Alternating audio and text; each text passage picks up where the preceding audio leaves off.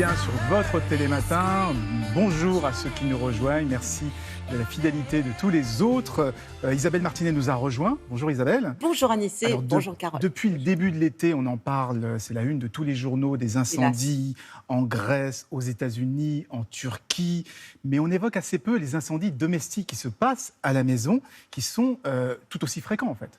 Alors qu'ils sont tout aussi fréquents, c'est vrai que cette année, la situation est littéralement catastrophique et on en parle très régulièrement tous les jours au journal, mais pour autant, ça n'empêche pas les incendies domestiques, malheureusement, de perdurer et d'être responsables en France chaque année de 200 à 300 décès.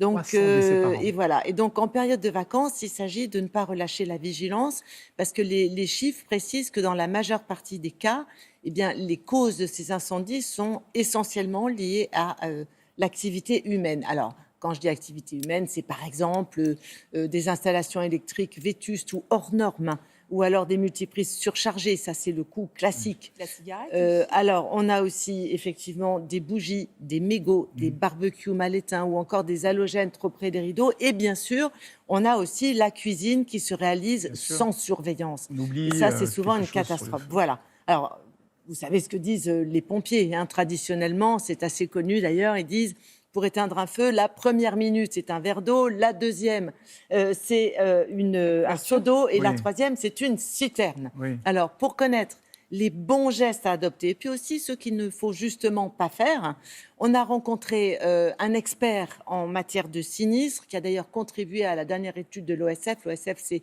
l'Observatoire de la sécurité des foyers, dont l'objectif est de justement sensibiliser le grand public à la sécurité et aux risques domestiques. Et puis on s'est rendu au CNPP, c'est le Centre national de prévention et de prévoyance, qui est un organisme reconnu d'utilité publique, qui réalise régulièrement des essais, d'ailleurs toujours sur haute surveillance. Je vous garantis que pour entrer là-bas, il faut vraiment montrer patte blanche.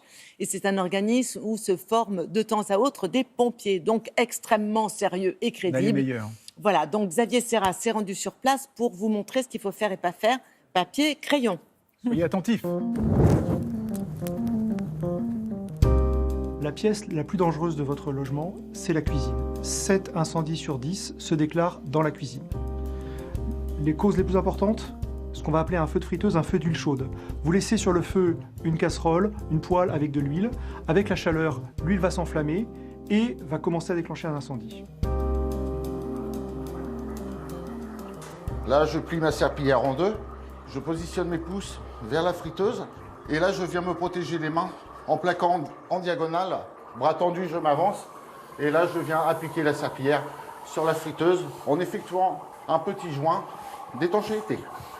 Ce risque, il est assez important sur les poubelles, lorsqu'on vide des cendriers, lorsqu'on vide bien sûr des barbecues. Donc tout ce qu'on va vider qui a été chaud ou brûlé, attendre un temps extrêmement long avant de le mettre dans une poubelle. Bon, pour un feu de corbeille, c'est très simple, un simple seau d'eau ou une carafe. Et là, on va venir arroser et éviter d'avoir les vapeurs qui viennent vous brûler. Le risque électrique il va se produire lorsqu'on va surcharger une multiprise ou lorsqu'on va écraser un fil électrique. On a un risque à ce moment-là d'échauffement qui va se produire, éventuellement un arc électrique qui peut lancer un départ de feu. Ici, par exemple, vous voyez un ordinateur, une multiprise, différents éléments qui ont été brûlés. Et on peut voir qu'on reconnaît à peine d'ailleurs ces éléments, tellement ils sont dégradés par la chaleur qui s'est dégagée.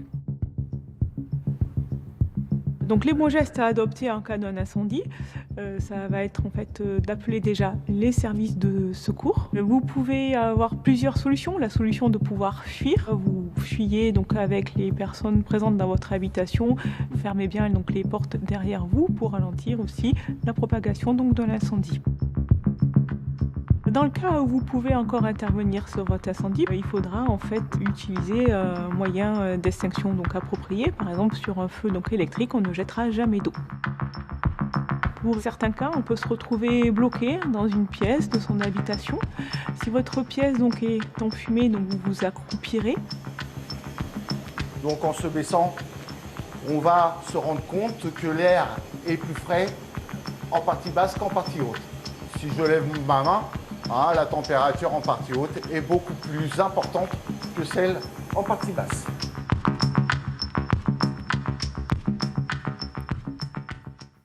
Vous vouliez parler des détecteurs de fumée qui sont très importants aussi. Sont très importants, c'est obligatoire, mais c'est malheureusement pas encore suffisamment respecté. Un détecteur, ça s'installe au plafond, ça se change tous les ans au niveau des piles, il en faut un par étage. Et pensez-y, je vous assure que 70% des incendies les plus meurtriers se déclarent la nuit, et la nuit, on ne se réveille pas, on meurt dans son sommeil, asphyxié par les fumées. Voilà, je sais, je casse l'ambiance, mais c'est pour la bonne cause. Oui, et puis c'est des conseils extrêmement pratiques. Merci encore pour ces conseils, Isabelle.